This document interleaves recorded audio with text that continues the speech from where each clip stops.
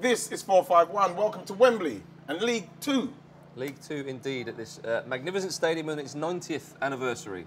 Mr. Ian Wright, we're going to be talking about League Two, as you say. We're looking at Burton and Rotherham. Yes. We're looking at your Wembley memories and where have all the player managers gone? There's another bit of chat we're going to be having, but we're going to start off with the relegation run in League Two, which is quite remarkable. Seven teams can still go down. There's 2 places left. So some of the key fixtures that are coming up: Dagenham versus York. Both of them can go down, can't they? Both of them can go down. We had Wayne Burnett, the man in charge at the Dags, I hope they don't on the go show. down. Yeah, for Wayne. I quite like Wayne. He's a good man. Apparently he might get the job if they stay up. And Well, and when we were talking to him, he obviously wants to do it. You know what I mean? I think it would be a good start for him.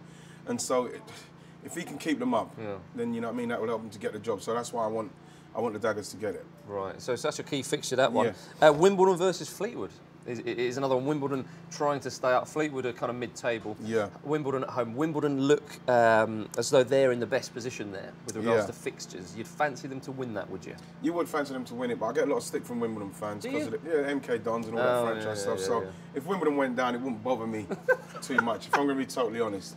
But for the fans that I do like Wimbledon, where I get some good sweets, hopefully they don't go down. Right, okay.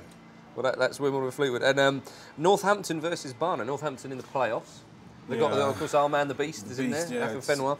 Barnet, though, Edgar Davids. I know, I'm pretty conflicted, man. I've got the Beast, I've got Edgar. Well, but Northampton are in the playoffs, no matter what the result is. So they're fine, So they're fine. Will they rest? They could rest players? Well, it's one of those that I think they should rest players. Right. You know what I mean? Not saying that they want them to rest players so to give Barnet an advantage, but I think that it's more important for them to make sure they've got their top players for the bigger game. You know what I mean? This is a massive game for Barnet. It's not a massive game for Northampton. It is a huge game for Barnet. I slightly worry about Barnet because they won 1-0 last week. The last game at Underhill, where they've been for 106 years in that stadium. They celebrated like it was 1999. The keeper made a great save in the last minute. And I just thought, okay, of course. A bit premature? Maybe. But I suppose it's the last game of the stadium, so they'll always have that memory. Well, the thing is, yes, so you've got all the... And they've got a terrible away record. Yeah, it's the party kind of atmosphere. Yeah. It's the last game in the stadium. They win the game. They're down in and around the relegation kind of battle. So what's happening is that we're dealing with young players, inexperienced players, and they see it as something, as some form of, like, celebration. Yeah. That they won it. And that's where you need somebody like Edgar needs to sit them down and make them realise before the game that you've got to deal with the business. Nothing happens if we win this game. It just puts us in a better position.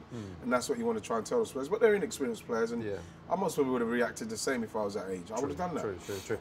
I hope they stay up because it is brilliant having Edgar Davids at Barnet. Can you imagine? I think 10 years ago, Davids, he's played in World Cups, Champions League winner. Who would have predicted he'd be player manager at Barnet? Well, you know what's good about players, certain players now, it doesn't matter where you've been in respects of stature. It's a case of learning the business and being in the business. And obviously, being in the English game to hopefully one day maybe get to the Premiership is something that they're all trying to strive for. So you've got to start somewhere, and he can't start much lower than that, can he? With all due respect to Barnet, by being disrespectful, but with all due respect. Well, we'll see how League Two pans out. Right, it's a nice view from up here. Let's go down into the belly of Wembley Stadium to the change rooms. Not many players get the chance. But here we are right now inside the Wembley dressing room. Yeah, it's a wonderful thing. It is a wonderful thing. It's really, I did prefer the old dressing rooms. Did you? Only because, like I say, you can feel when you go in there, there's great things and greatness was in there. You know, it was just, you could feel... At that very moment. Yeah, you could just feel there's greatness has been in this room. Absolutely. I've got nothing to compare. No? Yeah. So I'm happy to be here. Let's talk Rotherham. Okay. Rotherham, they're looking like they're going to get that last automatic promotion spot. They've got a difficult game against Aldershot, who are fighting for their lives, as the cliche always says.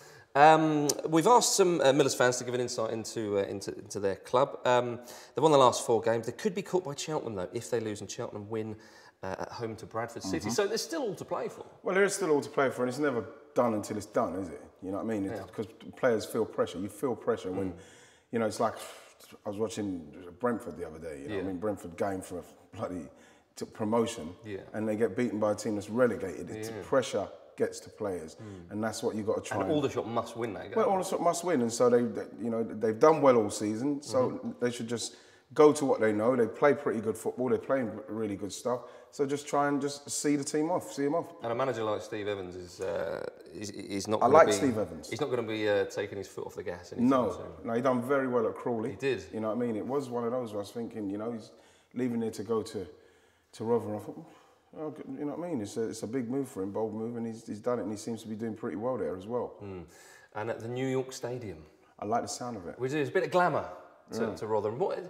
Who else has brought a bit of glamour to Rotherham? I'm hearing that the Chuckle Brothers, in fact, the Chuckle Brothers are the honorary presidents. In 2007, I think it was. That's brilliant. I remember watching an episode of the Chuckle Brothers, and they introduced me as a young lad to Rotherham United Football Club. Did they? Oh, yeah. The Chuckle Brothers. God bless those brothers. Yeah. So, yeah. Right. I was going to say, really cool guy. Okay. But best not to. Yeah, I'm not going to say that. It's time to move up in the world. Where are we going? Yeah, we're off to the Royal Box. Let's do it. Here we are in the Royal Box with your League 2 Wembley Memories. What you got, Marcus? Kicking us off, at Otley Tom says, Bradford fans singing Always Remember the 56 in the Capital One Cup final. Yes, emotional time. This one, at the Bin Sales rep says, Matty Blair, 5 yards offside, scoring a winning goal in last season's conference playoffs to send York City back up to League 2, 5 yards. It's marvellous. It's just 5 yards offside. At Connor Loftus says, Craig Westcar's last-minute goal in the Johnson Pates Trophy final last year for Chesterfield. Yes. Marvellous stuff again. And that's it for the League 2 memories. If you want to get in touch, then do tweet us or comment below. Right then, righty. Let's have a sit down. Yeah. Thanks to Wembley for allowing us to get so close to the pitch. Always exciting. Yeah. Great memories. Great memories. Still a little bit of noise though in the stadium. Well, you're always going to get that. But that's fine. We like that. It gives a bit of ambience. Mr. Wright. We're still in League 2, and we're going to be talking Burton. Yes. Burton Albion. Nigel Clough's old place. He did very well building that place. Oh, a goal's gone in. They love Burton here. Look at this. But Burton, they're promotion hopefuls. There's a slight chance that they could get an automatic promotion spot, and the fans love the sound of that. But it's unlikely. But they'll be in the playoffs though. I like them because the way they came to prominence when they played Man United, and they done really well. Oh, that's right. And all of a sudden, then I started to hear about Burton Albion, and they've done pretty well over the years. They've I think off of the back of that, they've just kind of given them a springboard, and now they're in the consciousness of people. Like Burton Albion, you know what I mean? I quite like the way they've moved up. Well, they were non-league. Slowly. They were non-league until 2009, when they got promoted to League 2. So a few years on, they could be in League 1, which is quite remarkable. The step up from non-league to League 2 is quite big, but to go to have a chance of getting up even further, that's a remarkable achievement. Well, it's obvious like they've got good players who, when they get to the next level, they kick on. Obviously, they're working hard on themselves, so then when they get to the next level, they hit the ground running. And then then it just comes down to a case of coaches, systems, and trying to kick just steadily, trying to just move forward. I like what they're doing. Oh, well, good luck, Burton. Shall we ever sit down? Yeah, I'm tired. Yeah. My legs hurt. Here we are, in the stands. Oh, and it's a delight to be here. Right, I want to ask you, where have all the player managers gone? Because Wycombe's Gareth Ainsworth, he's retiring as player manager. That leaves one left in the Football League. Your mate, Edgar Davids. Edgar effing Davids. I don't know. I don't know why it's happened like that. If you look back in the last 10 years, for example, we've got some here, 6 player managers in the Football League. Andy Hessenthaler at Gillingham was a great player and manager. Bury's Andy Priest, Dennis Wise at Millwall, of course. Gary McAllister at Coventry. Paul Groves at Grimsby, and Rochdale's Paul Simpsons. And if you go back even further, some of the calibre has been pretty high. Kenny Dalglish, at Liverpool. At Chelsea have had a few, Hoddle and Vialli and Hullett. Yeah. Where are they gone? I'm not sure. Is it the demands of the modern game? It could be.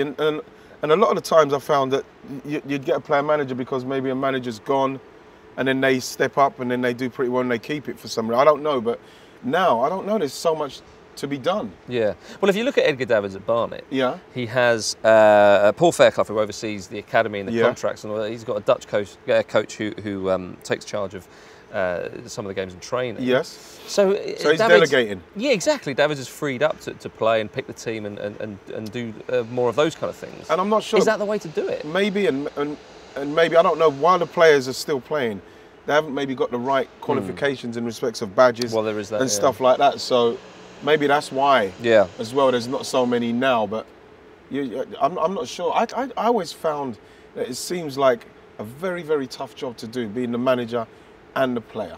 I just found it, like, for me, looking at it, was too hard a job to do. Oh well. Well, that is the end of our Wembley special in League Two. Thanks very much for watching. Do tweet us and comment below. Shall we see if we can get on the pitch? Yeah.